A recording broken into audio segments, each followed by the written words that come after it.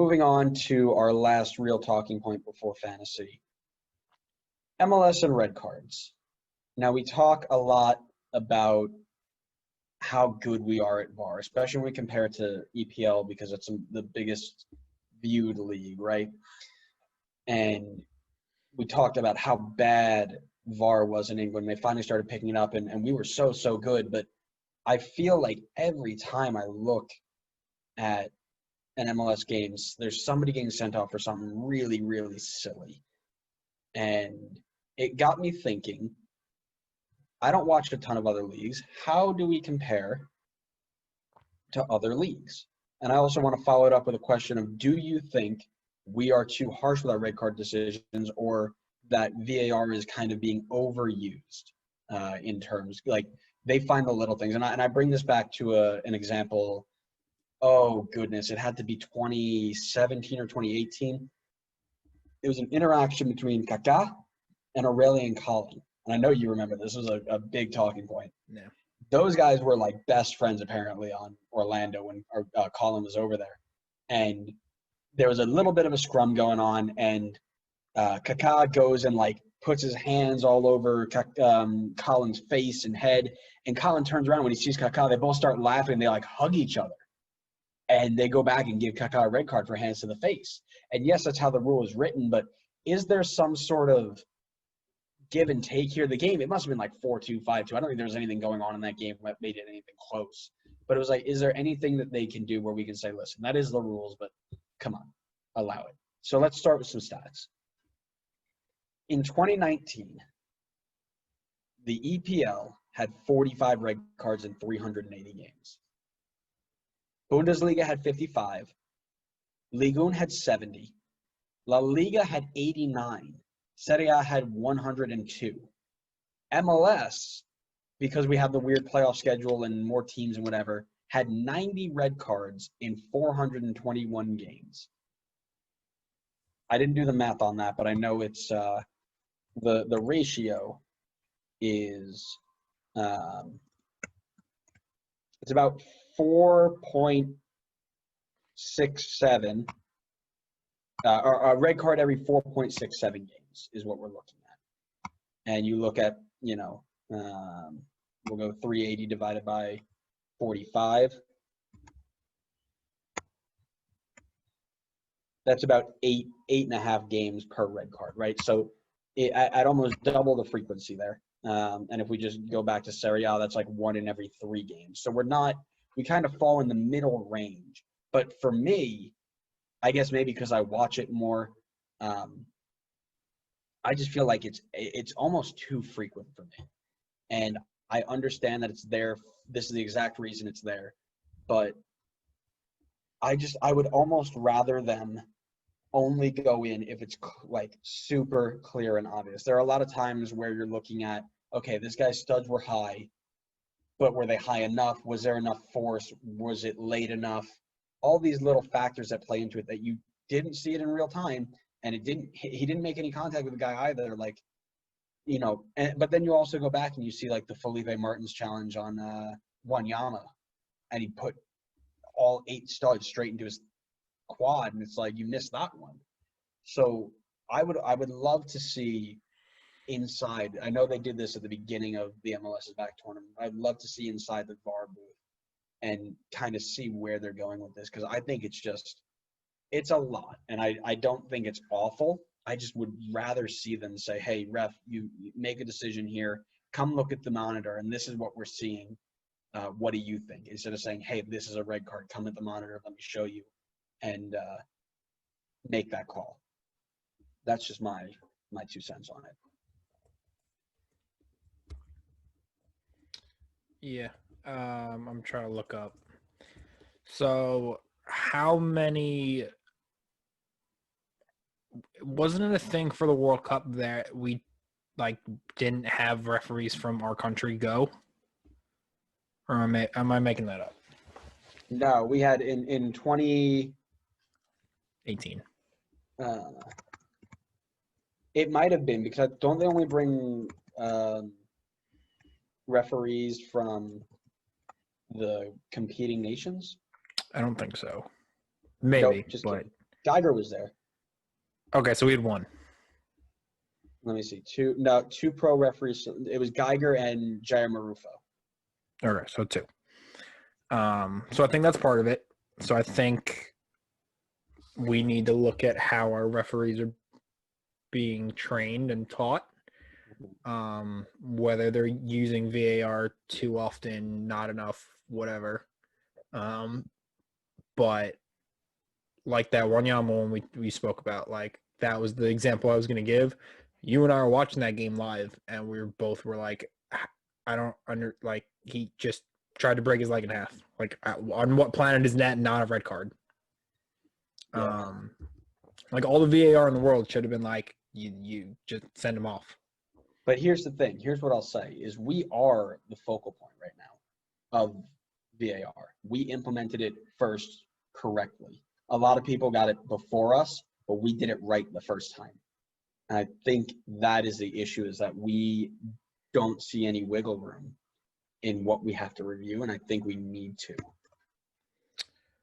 I think as a country, we were always going to be the ones to do it correctly, because if you look at the other sports that we already have established that use video refereeing, so you think of the challenge flags in football, you think of, whatever in basketball and baseball. Our country loves to show 100 replays, have the referees easily accessible to have. Yeah, like it was only a matter of time once we introduced it in soccer for us to kind of be the front runners. Whether or not we overuse it, underuse it is another issue. And I don't want to. This is going to sound like I'm bashing the league, and it's not how I mean it. I think part of the reason that we have so many red cards is because of the level. So I think in a more competitive league, to an extent, you will see fewer red cards. You look at the EPL, so I'll use the Chelsea-Liverpool game the other day. So other than the fact that it was the most blatant foul on Christensen, like there was no way that wasn't a red card. It was actually almost given as a yellow. So it's clear as day. It was the last man. Christensen essentially rugby tackles him, has both arms around Mane, and takes him down. People can argue that Kepa was going to get that ball anyway. I say you haven't seen Kepa enough. He was not getting that ball.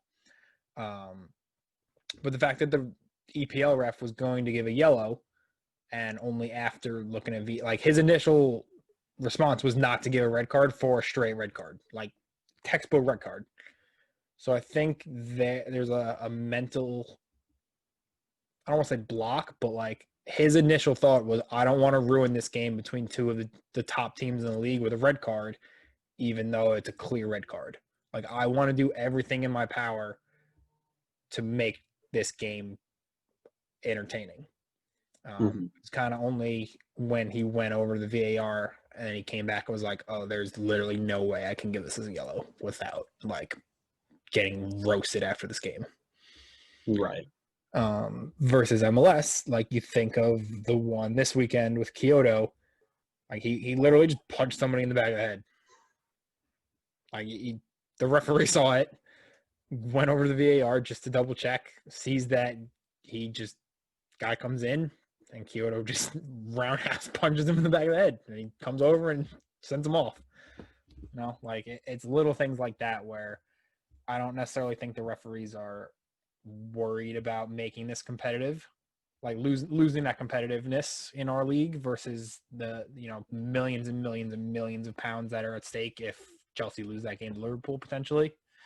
That's an interesting view, and I'll say less about they don't care about making it less competitive, but I will say that the level in terms of defending and the level in terms of just pure quality, and the way that we play with such high pressure and strong tackles, and just the mindset of every player in MLS is I'm going to be stronger than you, and I'm gonna, because there's no real technical for a lot of them.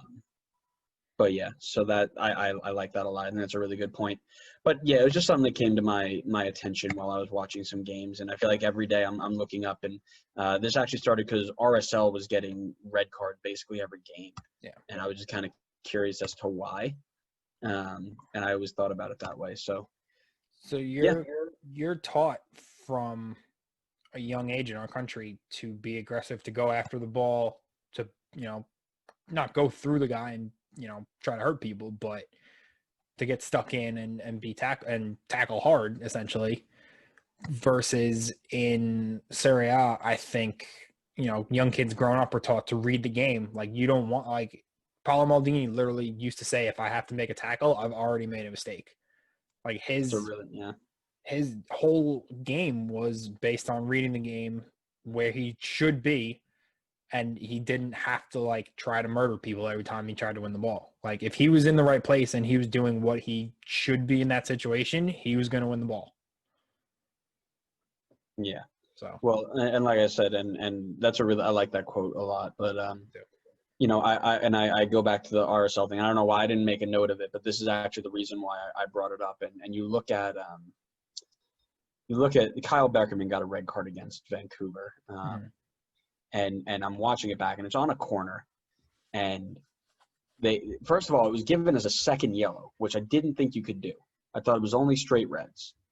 However, they go to review, and Hasal goes to claim the ball, jumps up, drops it in front of him. Beckerman puts his foot out as he's going to get the ball that got dropped, and he's off balance because he's kind of poking at it. And it either he falls straight backwards or on his sides, or he tries to put his foot down.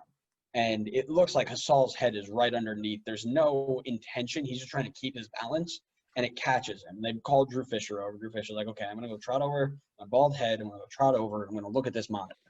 He looks at the monitor. He's standing there, and he's staring there. He looks at it. He looks at it. He looks at it.